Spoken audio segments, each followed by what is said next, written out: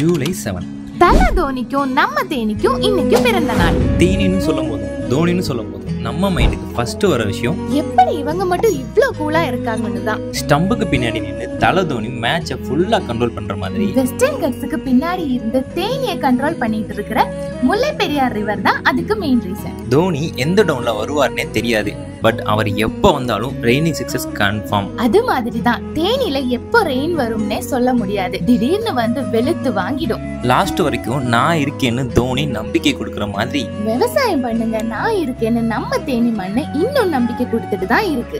Dhoni retire ஆனதுக்கு அப்புறமும் இன்னமும் கிரவுண்ட்ல ஆக்டிவா ஓடிட்டு இருக்க மாதிரியே ஊரை விட்டு போனாலும் தேனிக்காரங்க எல்லார் மனசுலயும் நம்ம தேனி ஞாபகம் தினமும் ஓடிட்டு தான் இருக்கும். ஆனாங்க நம்ம தல தோனிக்கு கூட 1-2 ஹேட்டர்ஸ் இருக்கலாம், பட் நம்ம தேனிக்கு எப்பவுமே 0 ஹேட்டர்ஸ் தான். உண்மைதானே? Happy birthday Dhoni and Theni.